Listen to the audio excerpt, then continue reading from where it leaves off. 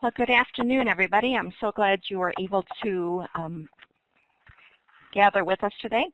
My name is Ellen Phillips. I am a local food systems and small farms educator for the University of Illinois Extension, located up in Cook County, northeastern Illinois. And today's topic is about ways to compost on the farm. And we're going to talk about a number of different things today.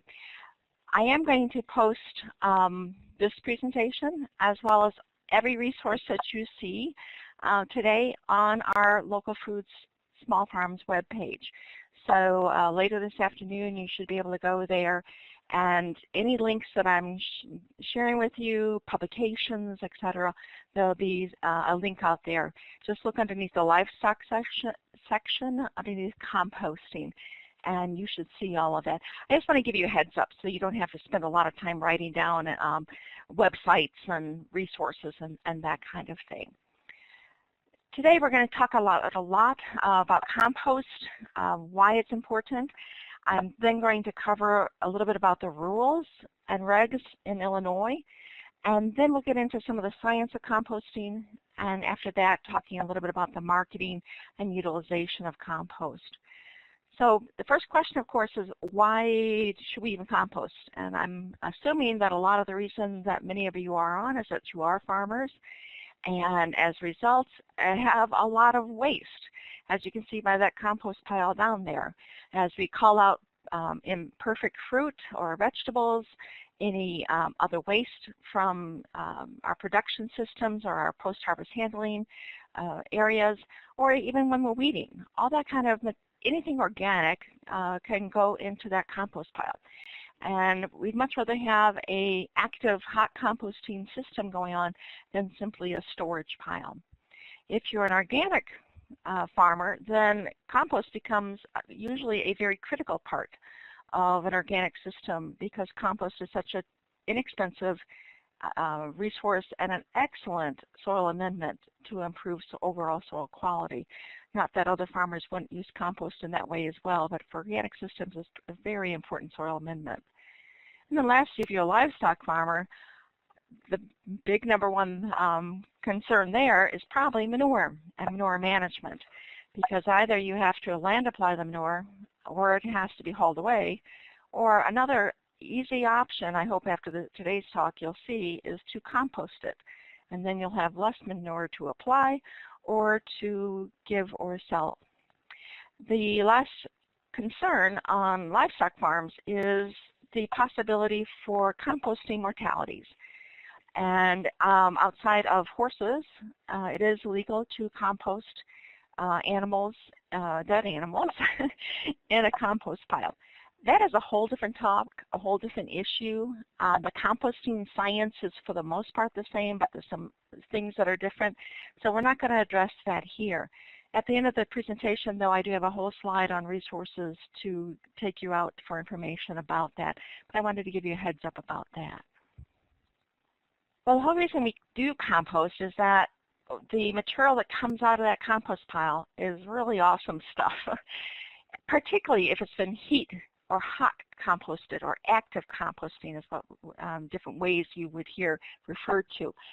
And that is because if it's hot composted, then the heat within that composting system can destroy many of the disease organisms that are present, either plant diseases or, in the case of manure, things like E. coli or salmonella that might be in that manure.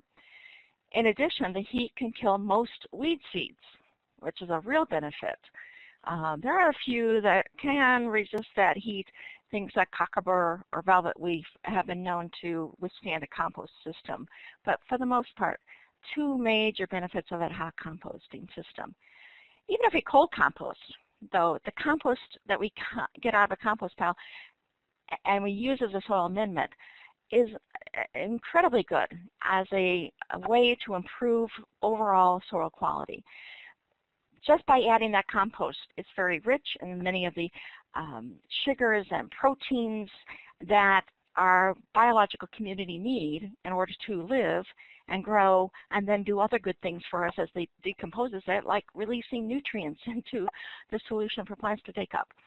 Compost also, by adding organic matter, it greatly improves soil structure and the strength of that structure, and as a result can reduce erosion, water pollution, a lot of good things like that. Compost, because it's an organic material, also improves water retention, and because of the structure improvement, it helps infiltration of water into the soil. As we said, depending on the quality of the compost and the composting system that it occurs in, oftentimes we have seen through research there can be some disease suppression by adding compost, and that's because there's so many non-pathogenic microbes in that compost that they can outcompete the pathogens within that soil, and so we can see a decrease in things like pythium. And then lastly, and really importantly, is the additions of the soil, benefits for soil fertility. Even though compost is low in overall nutrient content, it does have some real important aspects in that. One, increases the cation exchange capacity of our soils. In addition, it has a lot of trace minerals, things like our micronutrients, copper and iron, zinc, and those very tiny amounts that when they were released into the soil, it negates deficiencies that might otherwise occur. So you put all those benefits together and we end up with a much better soil quality and overall ability for roots to grow, and that usually translates into very good crop yields. Just to give you some background information, this is just one scientist's estimate on the dollar value of adding organic material and increasing the organic matter content of our soils. So if we can increase the organic matter content of our soil by 1% by adding compost or any other organic amendment, those are the dollar figures that we can receive back as an additional benefit of that. So they're estimating it down there at that almost second to last line at about a value of about $600, $700 per acre in benefit by increasing our organic matter content of our soil. So there's a lot of reasons to compost and add that organic material back into our soils. In order to compost in Illinois, there are some rules and regs that we need to know about. So I want to go through these rather quickly and link you out to places and people that can answer the questions that you might have about your specific situation. I do want to give just a real heads up to those of you who are not from Illinois, and that the rules and regs I'm stating here may or may not be similar to what you have in your state. So definitely check with your Department of Agriculture or your local EPA to find out those rules. In addition, when you live into a larger municipality, then oftentimes there are local rules that supersede or are in addition to the federal or Illinois laws. So you might want to check with your local county health department, usually underneath the environmental department, to find out what the rules are. Ellen, there's a question on there. Can you explain CEC for the group? CEC is cation exchange capacity. Another way to think about that is what is the maximum amount of nutrients that a soil can hold. So on average, we're looking at about 25 units for cation exchange capacity. And here we are adding compost, which can be up to 200. So it's a real benefit to add that. It just means by adding the organic materials, we're increasing the capacity of that soil to hold nutrients longer and therefore release them into the soil solution for plants to take them up. Thank you. Well, back to the laws. This is just a list of the laws. I'm going to go through some of the specifics that deal with not just compost. I've also included a couple that deal with manure, since oftentimes we are using manure as a base material or feedstock for the compost. Beyond those basic laws, there have been a couple important changes. One was in August of 2009 with the SB 99 law that really facilitated composting on the farm, because they redefined a few things like food scraps and bedding. And as a result, those materials were then allowed to be used in composting systems a little bit easier in Illinois. The other really important part of that was the requirement that to compost on a larger scale, you would not need a local permit under most circumstances. And the EPA can help you define whether you fit in those circumstances or not. Other recent changes just in the past year, House Bill 2335 helped to make it a little bit easier for composting in urban areas, particularly community gardens. Would not be considered a solid waste, would not need a solid waste permit. In addition, our landscape waste facilities will not have as many restrictions as far as distance from buildings and those kinds of things. So that was a very helpful addition. Next, the other bill was House Bill 3319, which increased the types of materials that can be utilized in an on-farm composting system. So a lot of new changes, a lot of people out there advocating for making our laws better and more helpful to farmers as well as our urban farmers, especially in utilizing compost. So if you have any interest in that, I do have a list at the end of the program of a couple groups that are working in those areas, and feel free to check on what actions they're taking to work with legislators to improve the laws we have. Well, what's the current status for on-farm composting? This is from the Illinois EPA, who you would normally have to get a composting permit from, but if you are composting on your farm or you have a stable, for instance a horse stable, and you're using manure or other landscape materials, anything that's from your farm only, and you're not bringing anything else to the farm. In other words, you're not accepting manure from another farm, or you're not accepting leaves from a municipality, then you're considered your own entity. So therefore, you wouldn't have any setbacks for your active composting area. The site does have to be on your farm that you're composting. It does need to be operated by the farmer of the property. The farm should have some kind of local production, in other words, some place for that compost to be put. And the size of the compost site needs to be less than 2% of the acreage of the whole property. The benefit of this situation, where you're not bringing anything else onto the farm, is that you are then allowed to sell or give away that finished compost. So that's a real benefit. If you are a larger stable or something like that that has a lot of manure, it becomes a real benefit. You do need a permit from the EPA, however, if you are bringing in materials from off-site, and that can't exceed greater than 10% of the total volume. And for that, it's simply a matter of, again, always best to simply call Derek Rampot. His phone number and so forth is down at the bottom of that page. Really important person. Just to verify that what you're doing and how you're doing it does not exceed the exemptions where you would need to actually get a composting facility permit. Even if you're just on-farm composting and bringing in some landscape materials or manure from another farm, you do still have to register that composting facility with the EPA. It's a simple form, and we have the link there for you. If you do have a permit to compost, you will be required to keep some record keeping. It's not cumbersome or burdensome. It's a matter of going out and measuring the temperature and moisture, making sure that the oxygen levels are maintained. That's good, so you don't get odor. You want to need to keep a record of when it's turned, as well as the volume of materials that you're actually composting. And then you are asked to submit an annual report on how much compost you produced.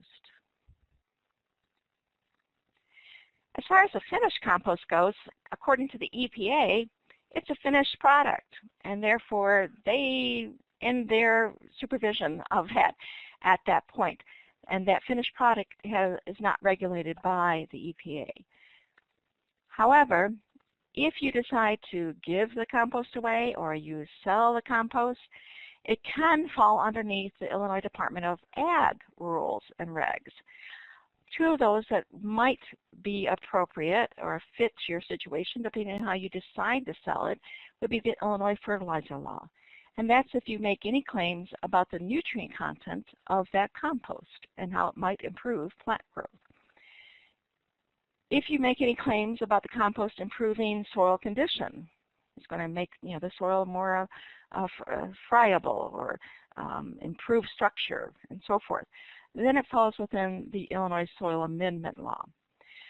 So again, word to the wise is simply if you're going to be giving it away or selling it, just check with the Department of Ag and make sure that you fall within the guidelines. If you're selling it just as a product, just as compost, putting your sign out there like that one down to the right is a possibility to make some money off of your compost. It's assuming you are underneath that on-farm exemption of not bringing any materials onto the farm. Can you make some money with compost? Yes, you can. There's a lot of opportunity for bulk sales to landscapers, municipalities, golf courses. Organic farmers are usually looking for really good quality compost. There's opportunities to bag it and sell it for homeowners or garden centers. So there are some opportunities if you are a farm that produces a lot of compost on your site. The other way to use compost, obviously, is to improve your own fields, whether it's production fields or pasture or orchards or other production opportunities. And for that, as far as Illinois goes, there are no setbacks as to the distance from field boundaries and so forth to apply the compost. You do not need a permit to apply the compost. And there's no real regulation. The only one that exists for Illinois EPA is that there's a maximum of 20 tons per acre per year, which for our organic production systems can be pretty low. Organic systems oftentimes use a large amount of compost or other soil amendments, especially in those first couple of years where they're trying to build up the organic matter content. Anyone I've worked with on getting an exemption from the EPA to apply a little bit more has been successful. So usually if you just simply contact the EPA, explain the reasons, that it's a 1 or 2, 3 year application, or you're dividing the applications throughout the year, they work with you on that. So it's worth exploring that if you really want to build organic matter fast. Well, for those of you who are using manure as a feedstock into that compost, just be aware that there are some manure laws on the books that are not always in sync with the composting laws. For the EPA, if you are composting and have those large composting piles, there isn't necessarily a storage limit during the composting process. There is a limit once it's composted. It's 18 months that you need to move that compost off property. But for manure, there is a storage limit, and that if you store manure for longer than 6 months, you need to have it on an impermeable layer to prevent groundwater contamination. There's also some restrictions as far as distance from wells that I have here. It's best to cover that so that you don't get runoff off of manure and nutrients can pollute a stream or river. And then lastly, of course, you don't want to put that manure pile anywhere close to a production field, especially if that's fruits and vegetables. And as I said, there are some local rules and regs regarding, and even zoning regarding composting. I work in Cook County, and Chicago has their own ordinances. I just put up their webpage. Certainly check with your local municipality as to what their rules are. The last thing I just want to give you a little insight into as well is that, particularly for our fruit and vegetable producers, the Food and Safety Modernization Act rules and regs have been out and reviewed, and comment period ended in November. Well, in December, the FDA Deputy Commissioner Michael Taylor made this statement, that there were so many comments regarding the standards for using raw manure and compost that they are reviewing that section. They will be making some changes to the recommended language on those rules. And as you can see at the bottom line, those proposed rules will be back out for comment in the summer of 2014. So I would strongly encourage anybody on the webinar to look at those when they are released and give your feedback. Clearly, this is an indication that the FDA wants that feedback, is listening to farmers as to how these rules may or may not impact their production systems. And especially for small farmers, the original rules were rather onerous, and hopefully the revised rules will make it a lot easier to utilize compost as well as manure in production systems.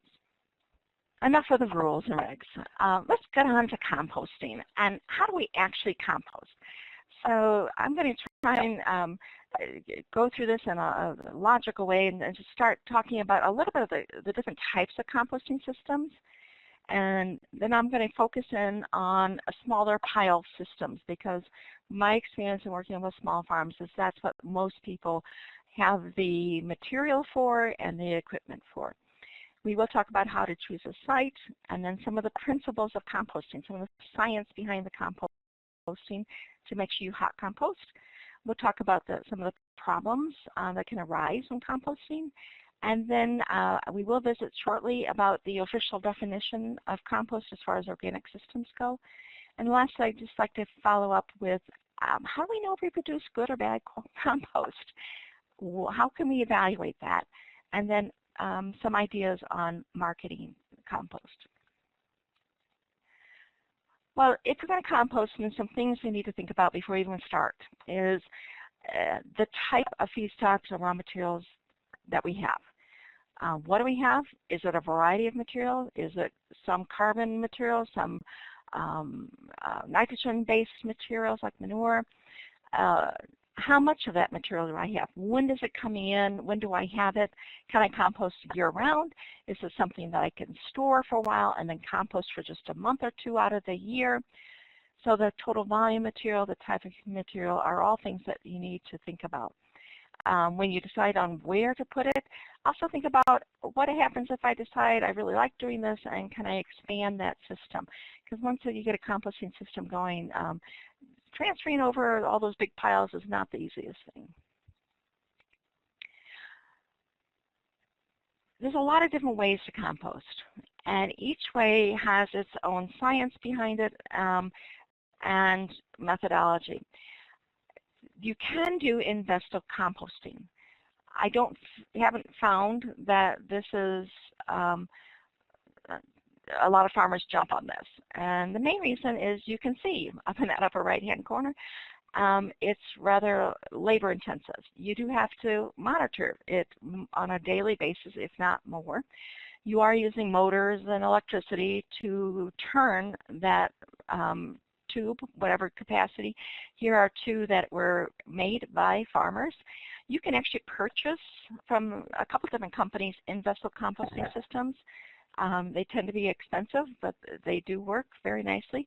These homemade ones work just as fine. The main part of it is to keep the material turning so that the microbes are exposed to all the material and it composts faster. Because it's always turning, because you're really monitoring the moisture content and so forth, it really does compost faster than if you had it in, say, in a windrow system. The other nice part about this is that you'd have a smaller footprint on the farm for the composting area. As I said, the disadvantage is time, cost of equipment, and expense. This is a system that I see being implemented on more and more, particularly stables. It's called a passive aerated windrow system. A lot of different ways to do this again, but in general, all of the compostable materials are mixed. Tubes are laid down on the ground, and the material is put on top of those. And then air is either blown into the pile or it is sucked out of the pile, so that you either have air coming in from the top going down or air going from the bottom up. The real advantage of this kind of system is that it is good for places where you have limited space. and you have really good control over things like moisture content, particularly if it's covered like this. That bottom right picture is not encouraged as much, because if you leave it open and it's a nice wet spring, you're not turning that material, and it can go anaerobic pretty quick, and it can create odor from that.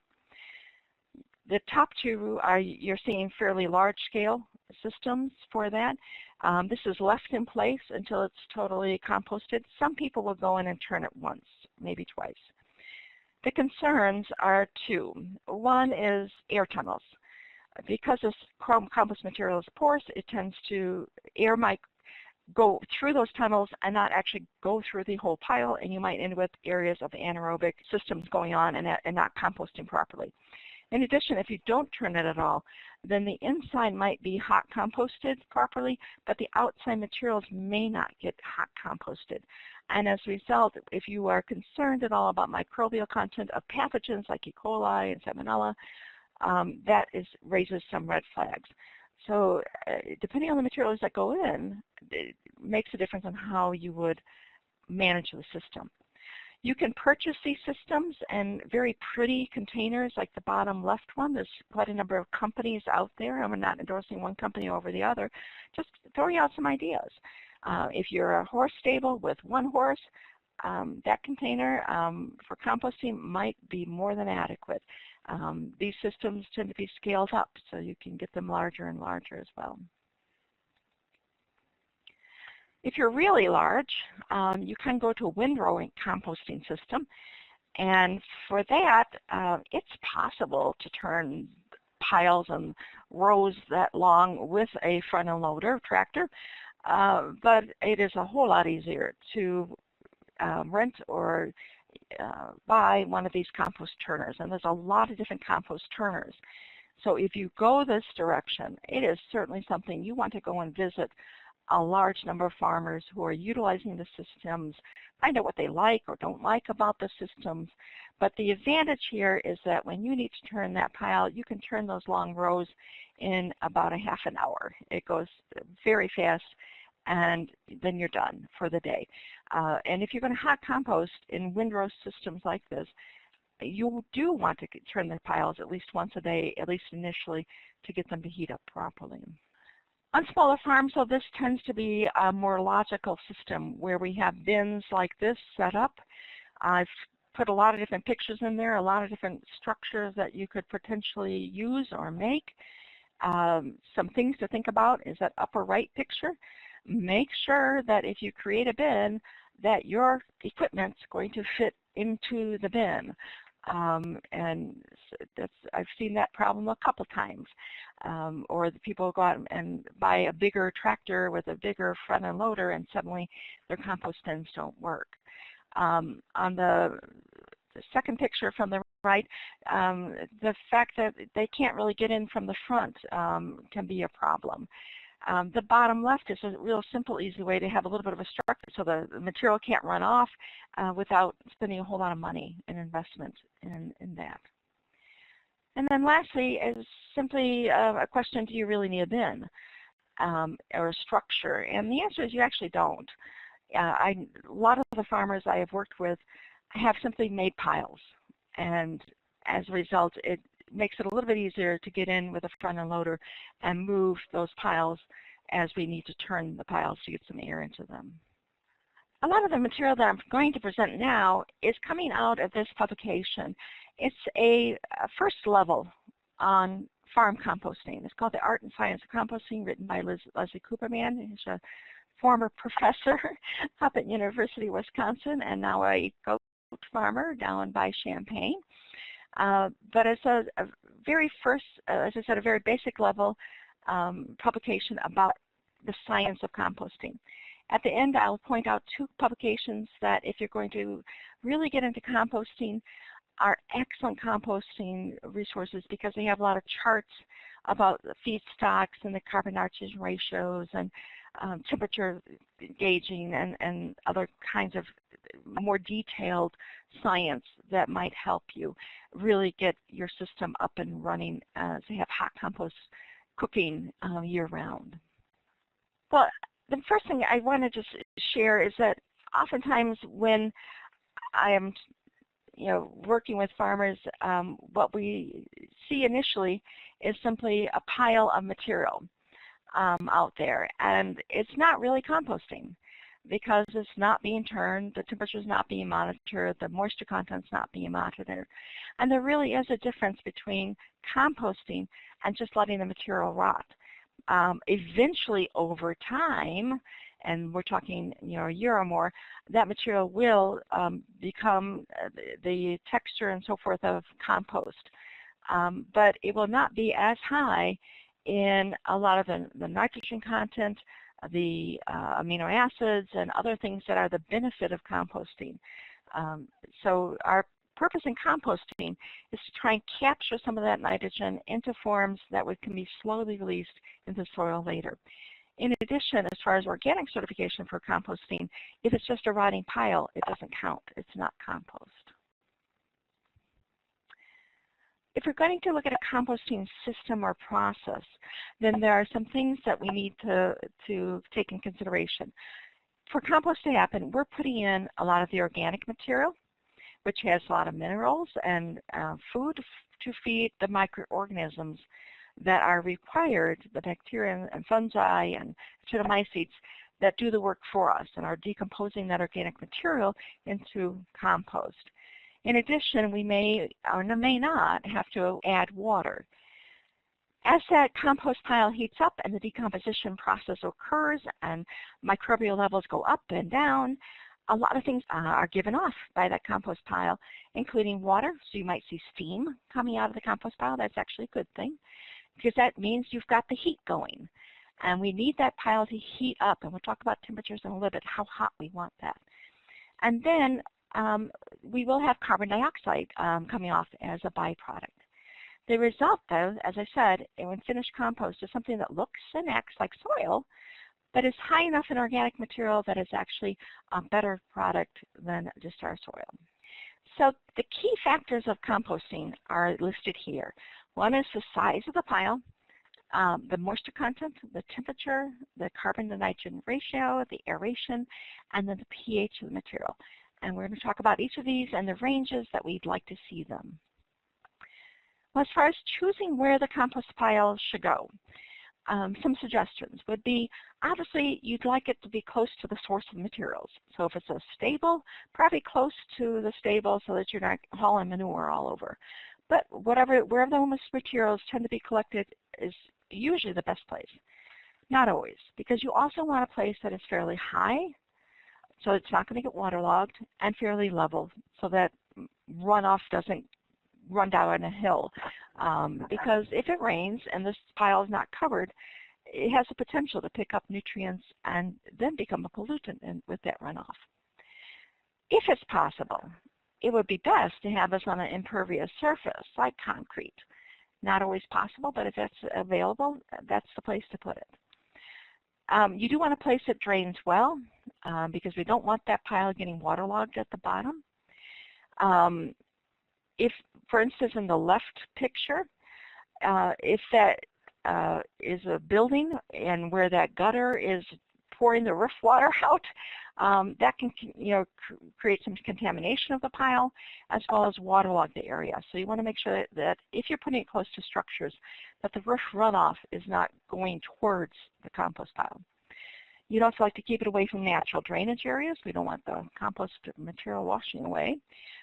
We also don't want it near a stream or river, pond, those kinds of areas. However, we are probably going to have to add water at some point in time. So it is helpful to have it close to a hose so you can add some water if need be.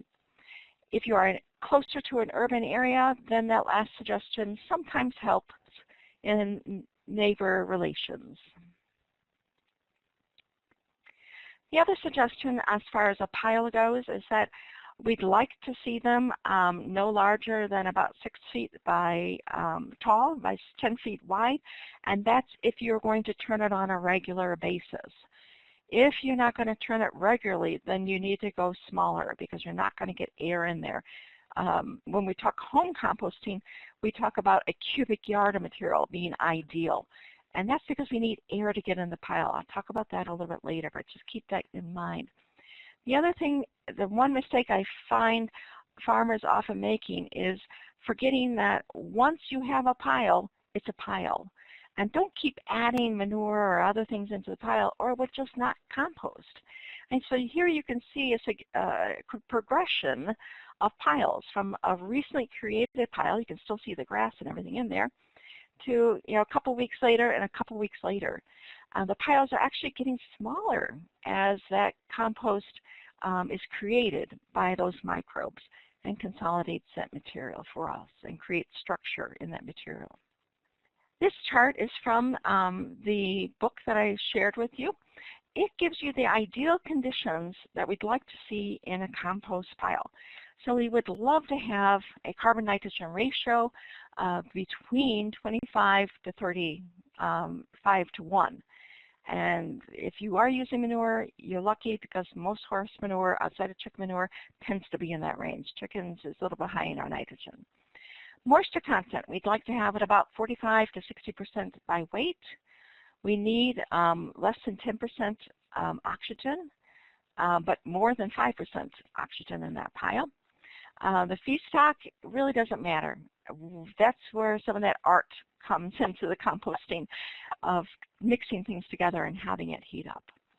The bulk density can be important because bulk density is how much air can we get into that pile. And we'll talk about a way to measure that a little bit later.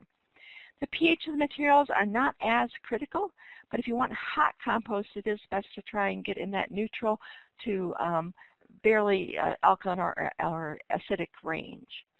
And the temperature is very, very important. We'd like that temperature maintained about 130, 140 degrees Fahrenheit for most of the hot composting cycle of that pile, and we'll talk about that a little bit.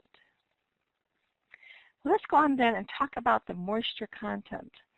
For moisture content, as I said, we'd like to have a moisture content of about 46 to 65%. If we go lower than that, microbes can't live. Microbes live in water films around all those particles that are in that pile, so we need to keep it moist. If it gets too wet, then we don't have enough oxygen, and our microbes do need oxygen. If it goes anaerobic and not enough oxygen, then sulfur-loving bacteria take over, and we get the not so polite smell of rotten eggs. And then we have to turn the pile and do some things to correct that. Well, how do we know how much moisture is in there? For our skilled farmers who are composting, eventually they know how to just take a handful of that, and they know basically this is 40% or this is 6% moisture, or I need to add water, or I need to let it dry out, and can do it by feel.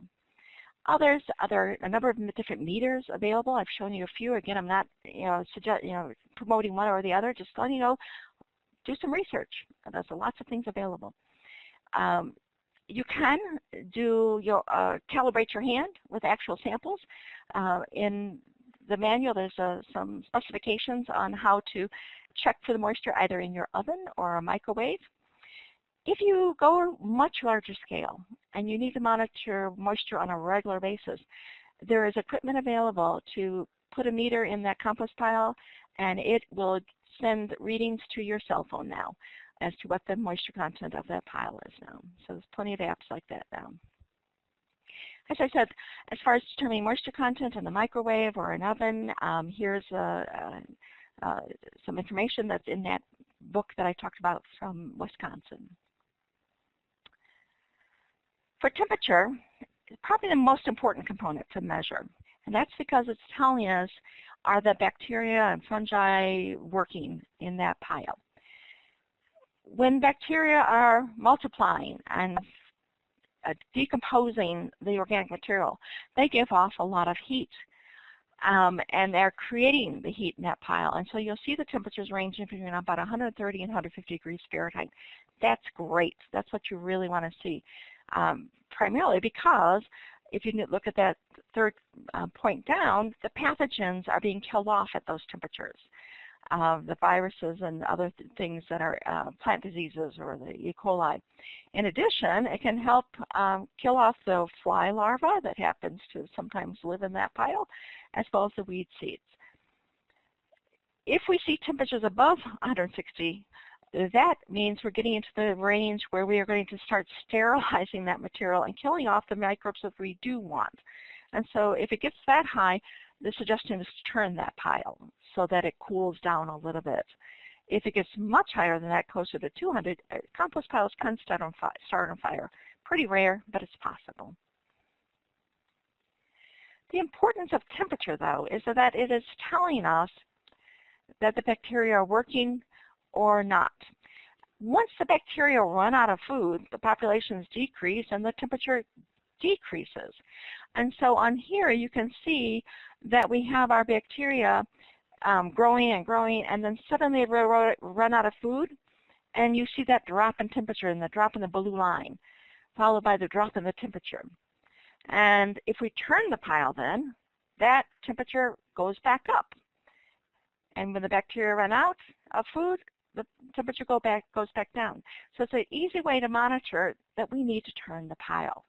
So anytime the temperature's been up to about 150 degrees Fahrenheit and then goes back down, we know to turn the pile until the pile stays cool and doesn't heat back up above about 120, 130 degrees.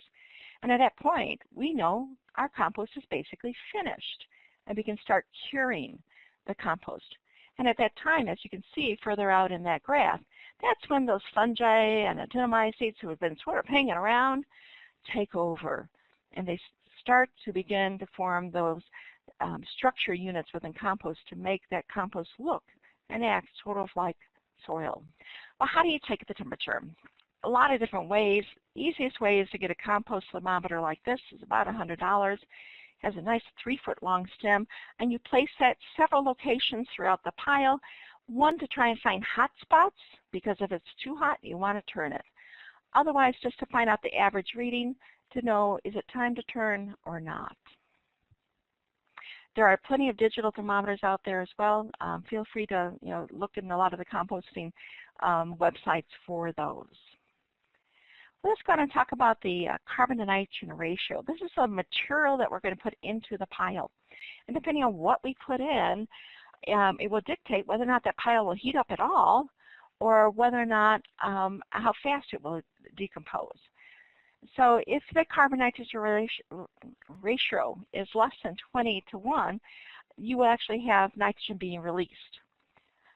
If the carbon-nitrogen ratio is greater than 30 to 1, then the nitrogen is going to be tied up. And in either of those cases, composting doesn't happen really fast. And so what we'd like is a carbon-nitrogen ratio being a 25 to 30 to 1 ratio. When we look at ingredients to go in, there's a lot of research showing that if you have about 75% manure and about 25% bedding, that's a really good combination. And you probably not have to add any nitrogen, no matter what the bedding material is. But be careful, because not all bedding is the same, and there is some art that goes into that as you learn the differences between straw versus wood chips and so forth, and how much to combine. This is definitely where the science of composting can come in if you want to hot compost, as to how much of this and how much of that should I put in. If I've got old moldy hay and I've got manure, or I've got all these tomatoes that are coming out of the post-harvest handling facility that are high in moisture and nitrogen, what else can I combine it with to get that carbon-nitrogen ratio? There's quite a number of compost calculators on the web where you can go and enter in what you have as feedstocks, and it will kick out the weight of the material that you should combine to get the perfect carbon-nitrogen ratio. So check these out. Some are easier to use than others, and some are more flexible than others, but quite a number of them available now. Ellen, you got a question on there specifically about animal waste. Should or shouldn't it be used?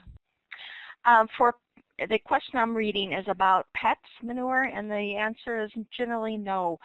Any animal that is meat eating tends to have pathogens that can carry over to humans.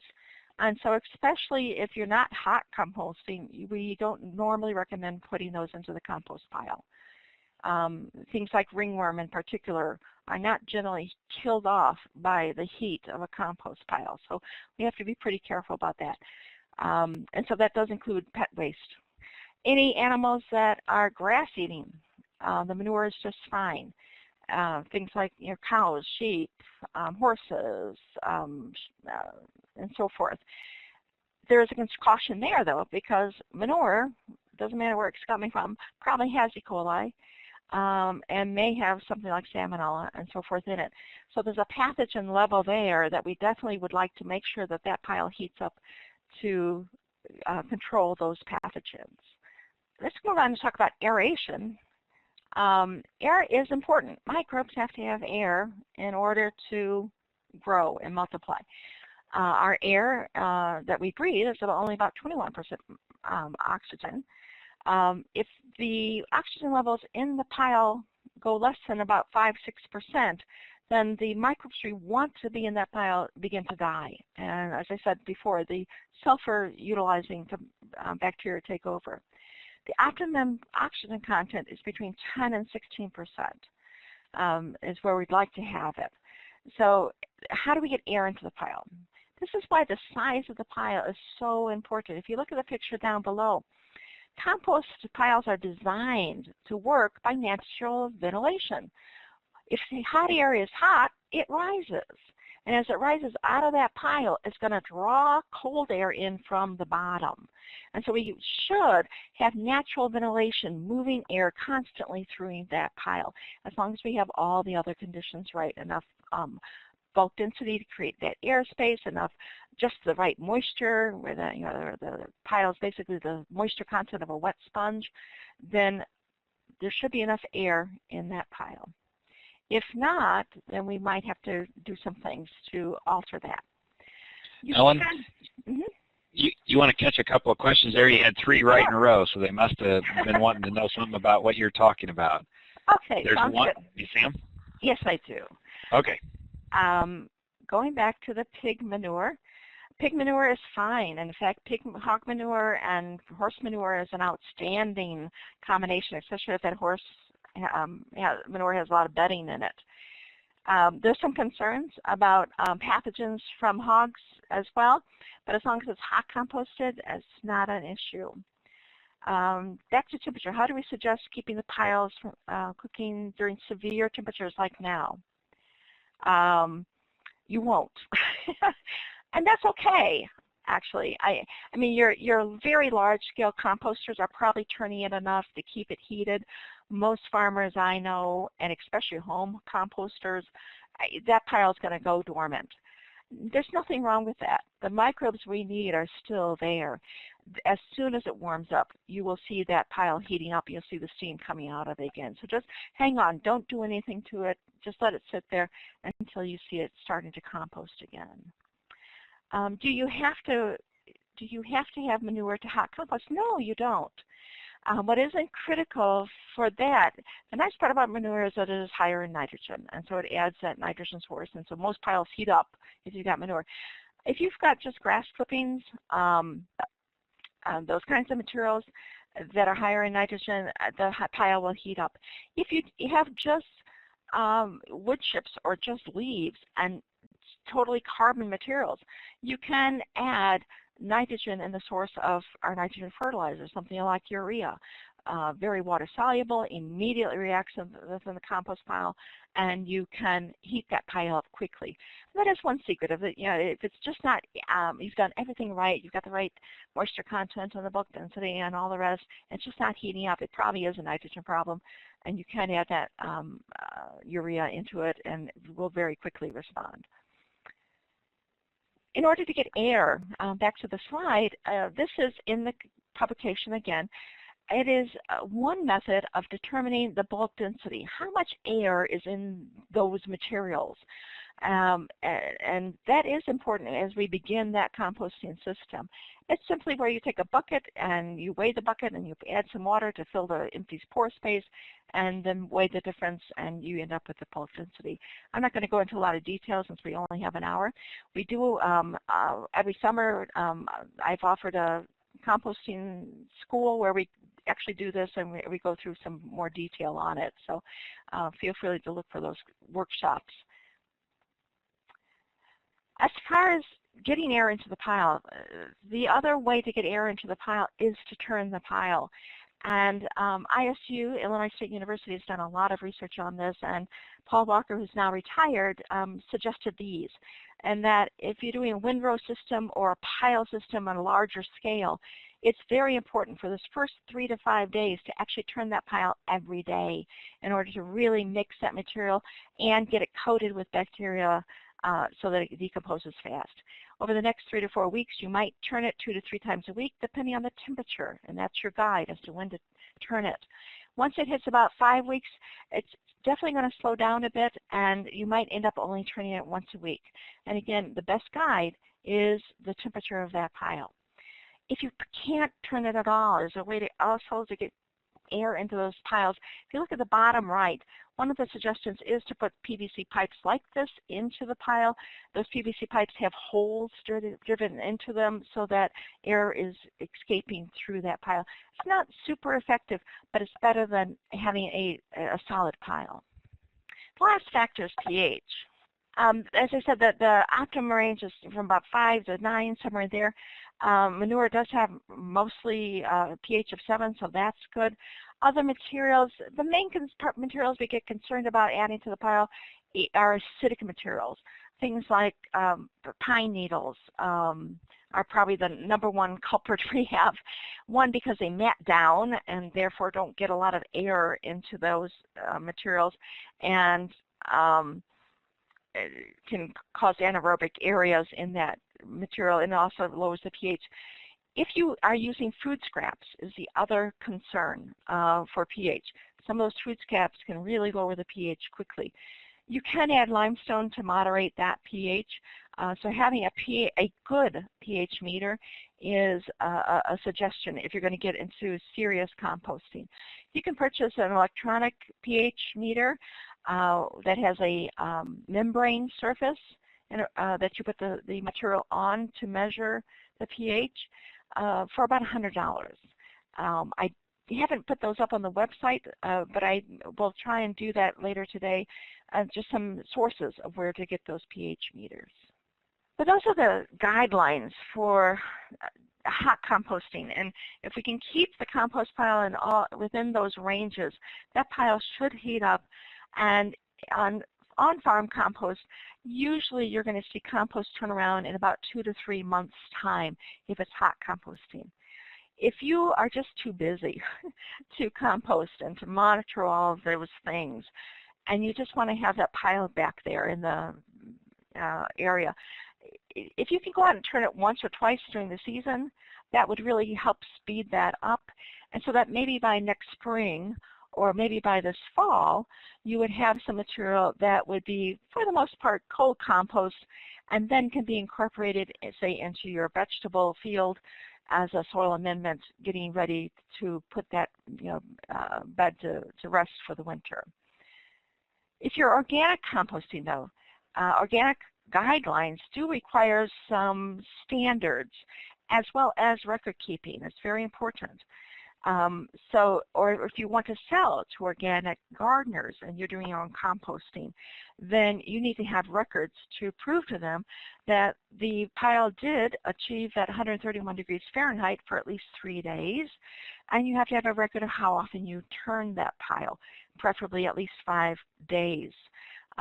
So record keeping becomes most important, and the initial carbon nitrogen ratio needs to be about 25:1 as well as one of the other requirements.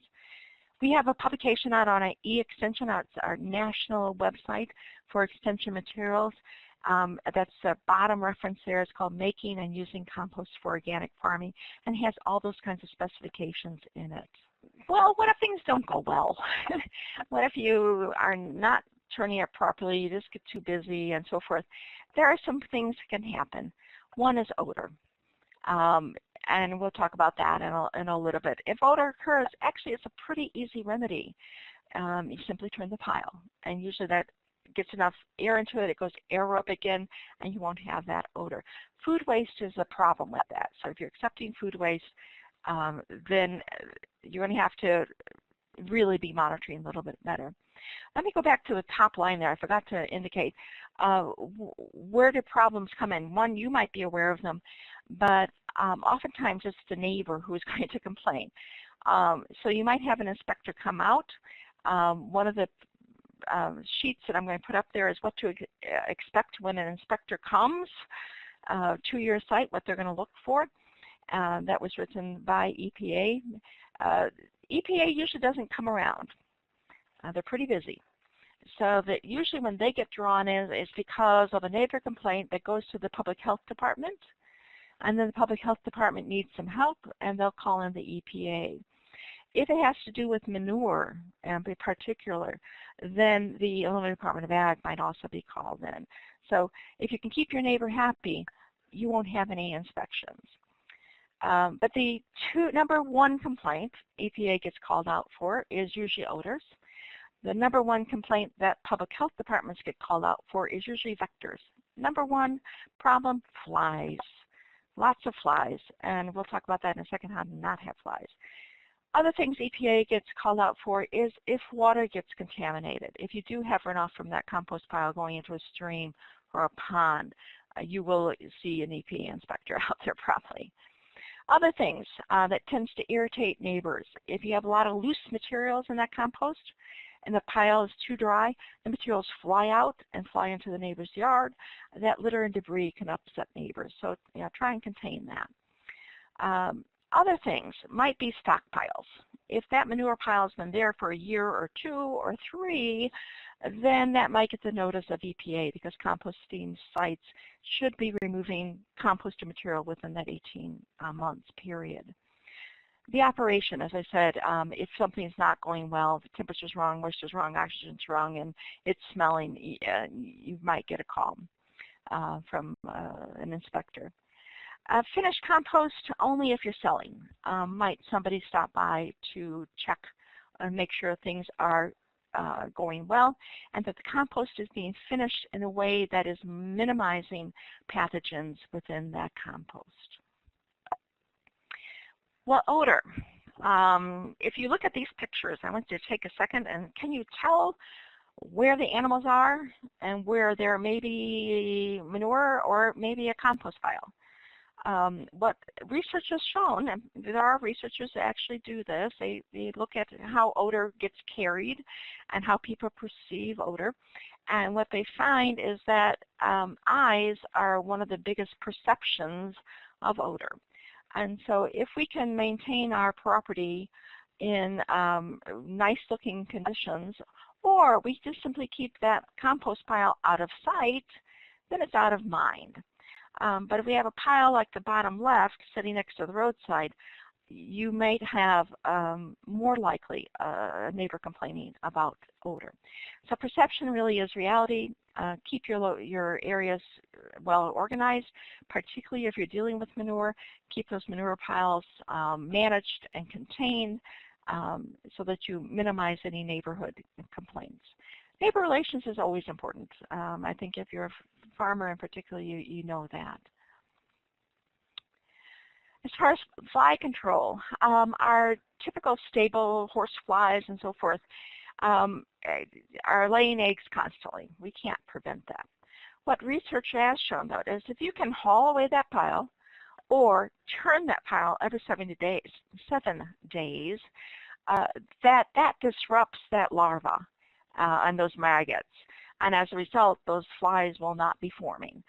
So another reason to consider turning the pile on a regular basis. That is one of the problems with the static aerated systems.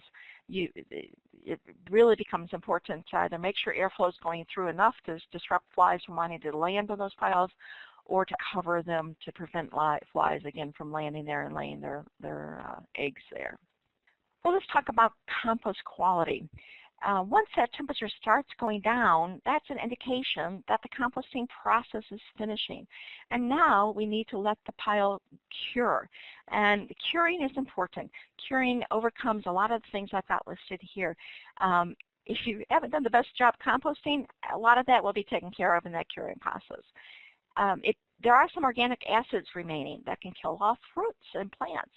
So those will be modified and decreased during the composting piles, through the curing process. If you have larger lumps of compost mixed in, those tend to crumble during that curing process. There is an actual shift in pH towards more neutral pHs as that organic acid is modified.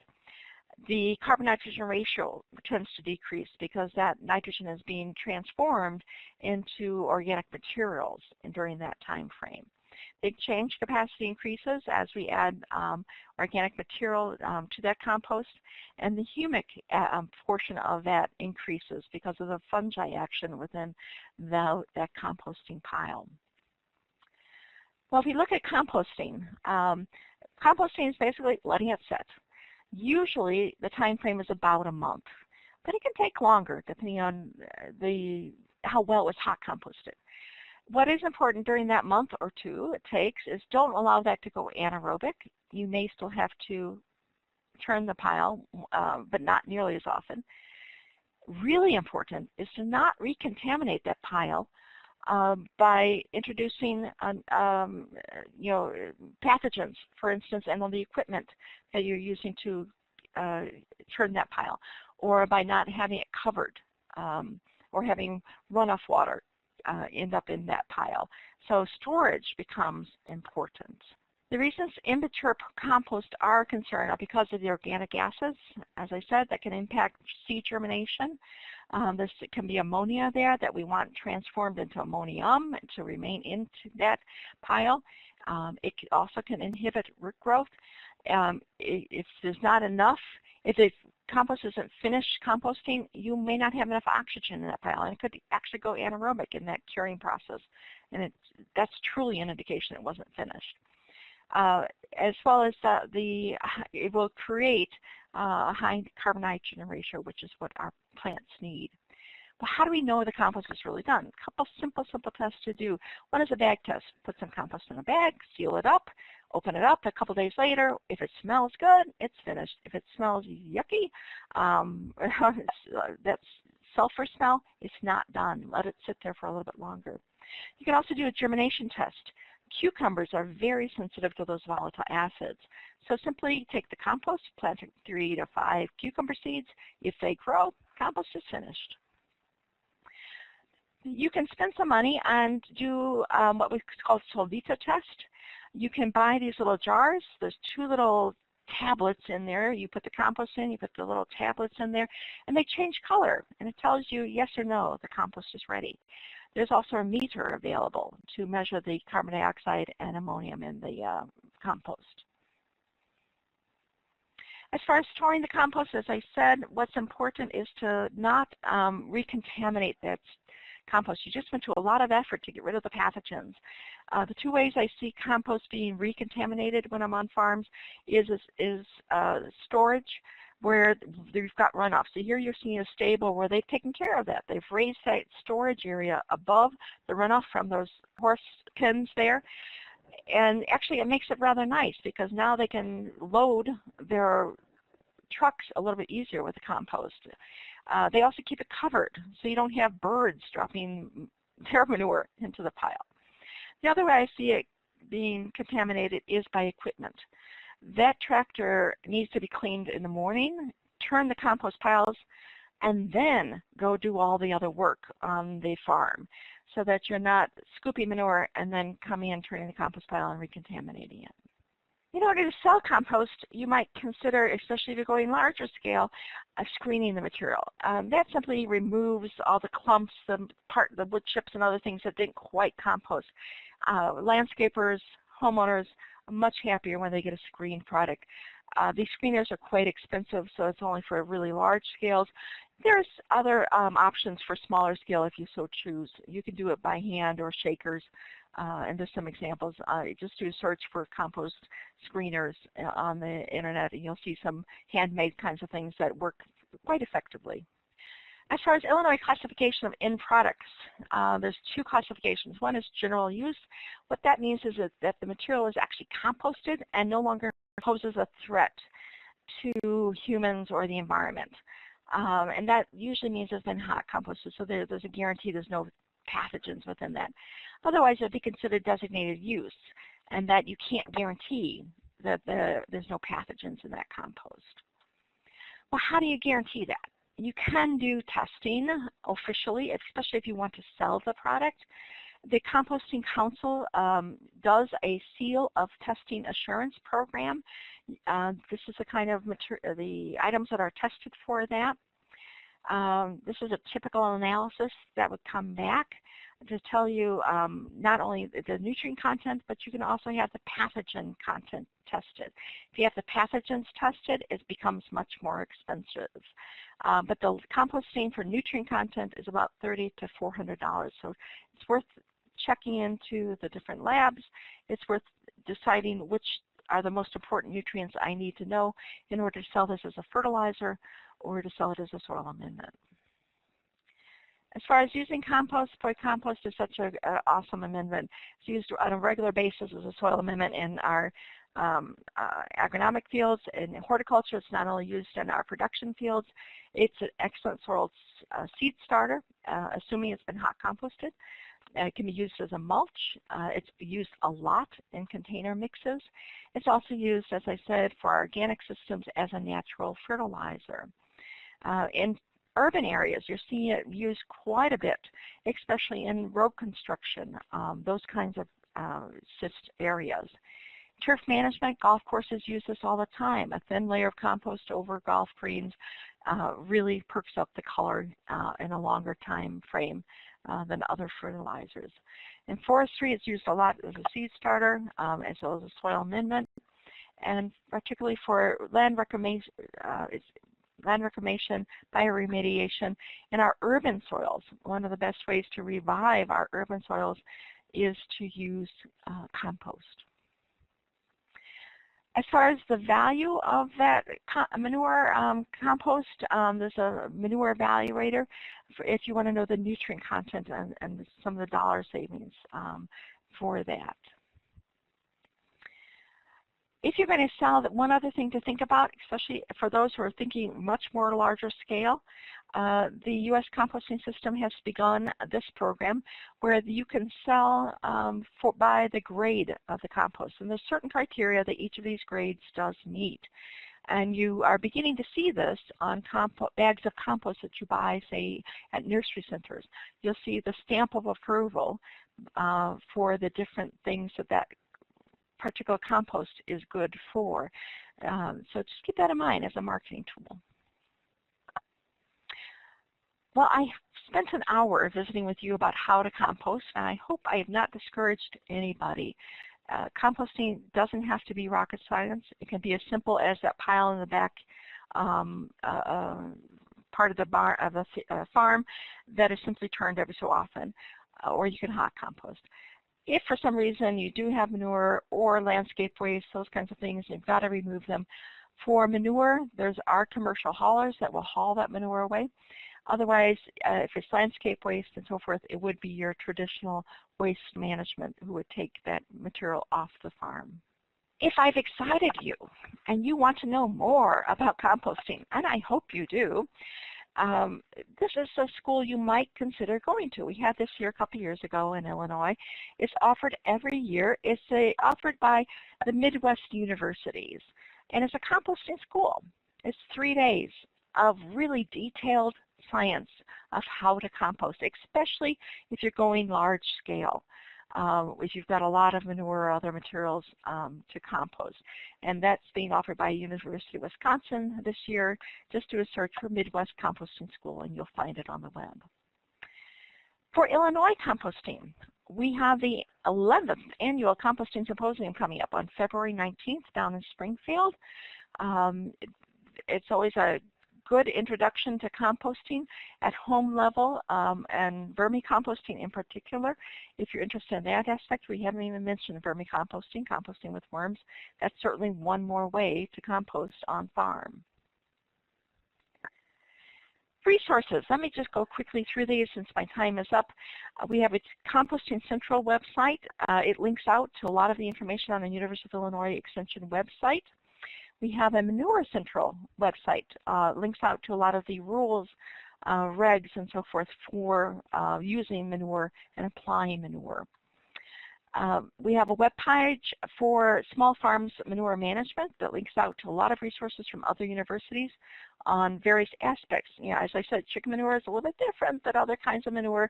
Alpaca manure are different. You know, how do you use those and apply them on your fields? This is my favorite. It is called Manure Share. We do have a lot of farms who have too much manure, and you can list yourself here as having too much manure, and then the landscapers or others who want manure can find you. So simply go in and enter into your information. I'll approve that. It gets listed up there. The bottom two tabs on that website, you can go and do the opposite search. If you have a lot of manure and you want to get rid of it, go to the list of people who want manure and call them up and say, hey, can we make a deal? I'll deliver if you take it. And maybe that will save you some money. I went through some of the rules and regs for manure applications. This is another opportunity to learn about some of the rules and regs that apply specifically to you. It's called Easy Regs. If you enter your specific information, your farm size, your type of animal you have, or your type of farm you have, it will list then the rules and regs that apply to your particular farming system for a federal and Illinois level. It does not go down to a local level, so you still have to check for local municipalities. It's not an end-be-all. It just gives a first indication of things that you need to be aware of. These are the two guides I strongly recommend if you really want to get into hot composting on larger scale on farm. It's the Field Guide to On-Farm Composting and the On-Farm Composting Handbook. Excellent. There's a listing on our e-extension national website of where to get that big equipment that you saw and some software to help you hot compost. Other webinars, particularly on manure management, there's a few out there for composting larger scale, are on our e-extension website. Go out there and you could spend days listening to webinars.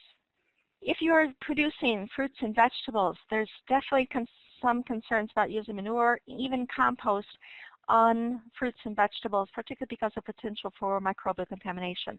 And these are some of the publications that might help you work with that. The last one, we always get questions about, can I heat my greenhouse with compost? And it will give you some links out to various publications and so forth that might help you decide yes or no, that works for me. Compost tea, I didn't even mention that. We get a lot of questions about that. There's a lot of concerns about it. It can be a good resource, but certainly do a lot of reading before you use that. I've given you 3 resources from university-based resources to go out and begin exploring that topic. I said I would link you to a few mortality compost information, and these are the ones that you'll find out on our Small Farms website when you go to look. These are a couple of the working groups working in Illinois to improve the composting laws of Illinois. So if you anything has sparked your interest today, go and contact them.